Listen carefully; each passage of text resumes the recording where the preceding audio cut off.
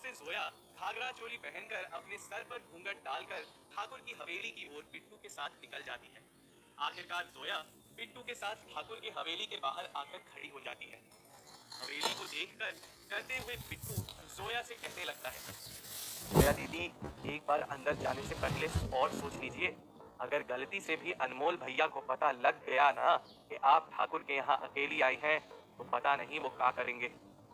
डरे हुए बिट्टू को जोया आश्वासन देते हुए कहती है, मुझे कुछ नहीं होगा बिट्टू, मैं 1 घंटे के अंदर यहाँ से अर्थशास्त्र को लेकर वापस तेरे घर आ जाऊंगी।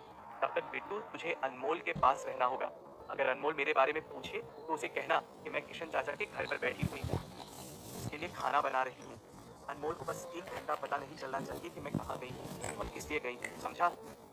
जोया की बात सुनकर बिट्टू अपना सर हिलाता है और उसे कहता है, ठीक है जोया दीदी, आप इतना कह रही हो इसीलिए मैं अनमोल भैया से कुछ नहीं कहूंगा, पर अगर आप 1 घंटे के अंदर नहीं आई तो मैं अनमोल भैया को बता दूंगा कि आप कहाँ गई हो। बड़े आराम से जोया बिट्टू से कहती है, ठीक है, 1 घंटा काफी है उस घर की ठाकुर को ठिकाने लगाकर उस अर्थशास्त्र को वापस लाने के लिए। बिट्टू से बात कर जोया हवेली के अंदर जाने लगती है। तभी बिट्टू जोया का हाथ अचानक से पकड़ लेते हुए रोक लेता है। बिट्टू को अपना हाथ पकड़ता हुआ देख जोया उसे पूछती है, क्या हुआ बिट्टू, कुछ कहना है तुझे मुझसे? तभी बिट्टू अपने जेब से एक गोली निकालकर जोया को देते हुए कहता है, कुछ कहना नहीं, कुछ देना था जोया दीदी आपको, पी लीजिए, बेहोशी वाली गोली। मौका देखकर ठाकुर को किसी चीज में डालकर पिला देना, इसके पीने के बाद ठाकुर कल सुबह तक नहीं उठ पाएगा। बिट्टू की दी हुई गोली को देखते हुए जोया मुस्कुराते हुए कहती है, तू भी गोली जितना है बिट्टू, पर सोच तेरी काफी बड़ी है। तू फिक्र मत कर, कुछ ही देर में वापस लौट आऊंगी मैं।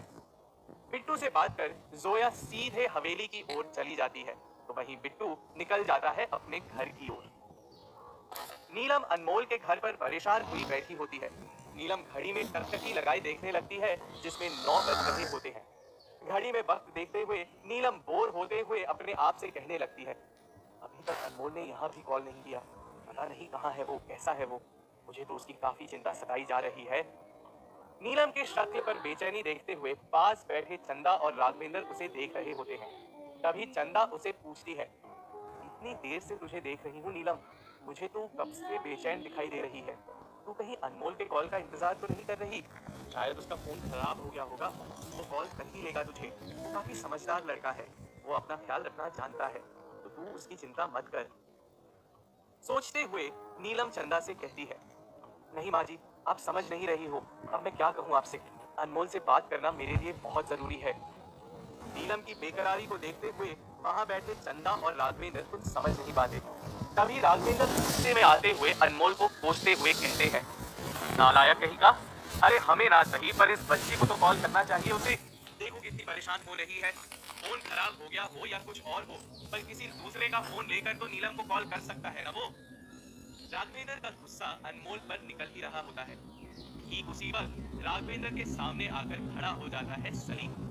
राघवेंद्र की कुड़कुड़ाहट देखते हुए सलीम उनसे पूछता है, क्या हुआ राघवेंद्र अंकल, ऐसे गुस्से में क्यों आ रहे हो आप अनमोल पर? सलीम को देखकर राघवेंद्र उसे कहता है, अरे सलीम, तू कब आया? हाँ बैठ बैठ, पहले ये बता कैसे आना हुआ तेरा यहाँ? सलीम सोफे पर बैठे हुए राघवेंद्र से कहता है, कुछ नहीं अंकल, बस यहाँ से गुजर रहा था तो सोचा आपसे मिलता चलूं। वो सब तो छोड़िए, पर पहले ये बताइए कि अब क्या गुनाह कर दिया है आपके सुपुत्र ने, जरा मुझे भी तो पता चले।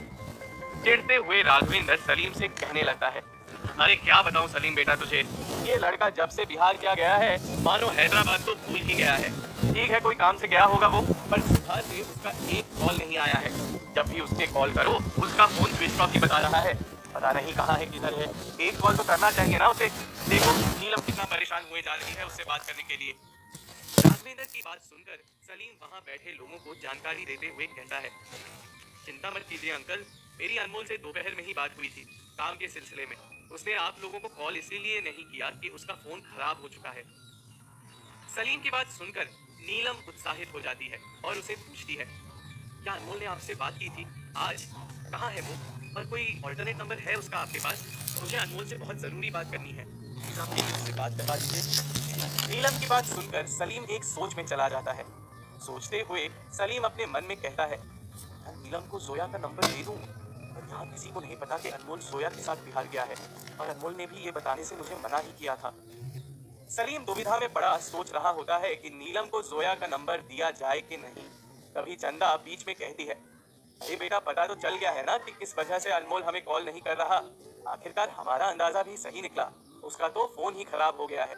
कोई बात नहीं, एक दिन सब्र कर ले, कल तो कॉल कर ही लेगा वो हमें। अब हम अनमोल की फिक्र करना छोड़ते हैं और गर्मा गर्म खाना खाते हैं। खाने की बात सुनकर सलीम चंदा से कहने लगता है, अरे आंटी, मुझे तो बहुत भूख लगी है, जल्दी मेरे लिए खाना लगा दीजिए ना। चंदा रसोई की ओर जाते हुए सलीम से कहती है, खाना तो मैं लगा दूं, पर मेरे किचन के गैस का पाइप थोड़ा लीक हो रहा है। मैंने सोचा था कुंदन से कहकर ठीक करवा दूंगी, पर पता नहीं वो दुकान से कब वापस आएगा। पर अब तू आ गया है ना, तो मुझे कोई टेंशन नहीं है। अपनी जगह से उठकर सलीम रसोई की ओर जाते हुए चंदा से कहता है, अरे अभी ठीक कर देता हूँ आपके पाइप को, चलिए किचन में। सलीम चंदा के पीछे रसोई में चला जाता है। सोफे में बैठी नीलम सलीम की ओर देखते हुए अपने आप से कहती है, जरूर सलीम के पास अनमोल का कोई ऑल्टरनेट नंबर है, मुझे कैसे भी करके वो नंबर सलीम से लेना ही होगा। अकबल गोला गांव में एक छोटे से घर में बैठा अब्बू लुलू अपने सामने रखे गैस बॉम्ब्स को देख रहा होता है, तो वहीं अल्ताफ और विशाल खाना लेकर घर में घुसते हैं और उन बॉम्ब्स को देखकर हैरान हो जाते हैं। उन दोनों के घर में दाखिल होते ही अब्बू लुलू कहने लगता है, खाना लाने में इतनी देरी क्यों हो गई? तुम्हारे खाने लाने से पहले मैंने यहाँ बिहार में असगर भाई की मदद से इन गैस बॉम्ब्स को ले आया। क्या इन बॉम्ब्स को लाने से ज्यादा मुश्किल है खाना लेकर आना? अब्बू लुलू की बात सुनकर विशाल उसे कहता है, भाई, यहाँ पर कोई होटल ही नहीं है, दूर कहीं एक रेड़ी पर खाने वाला मिला, तब जाकर ये खाना लेकर आए हैं हम लोग। और ये गांव तो बड़ा अजीब है, जहाँ जहाँ हम चलते जा रहे थे गांव के सभी बच्चे हमारा पीछा कर रहे थे। हंसते हुए अब्बू लुलू विशाल से कहता है, ये तो होना ही था।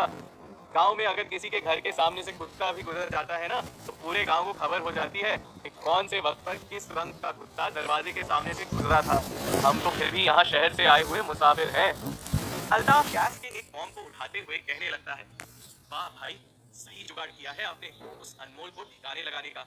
असगर भाई के नेटवर्क का भी जवाब नहीं, इतनी जल्दी यहाँ ये हथियार मिलना काफी बड़ी बात है। हंसते हुए अब्बू लुलू कहने लगता है, अनमोल के ठिकाने का पता मुझे लग चुका है।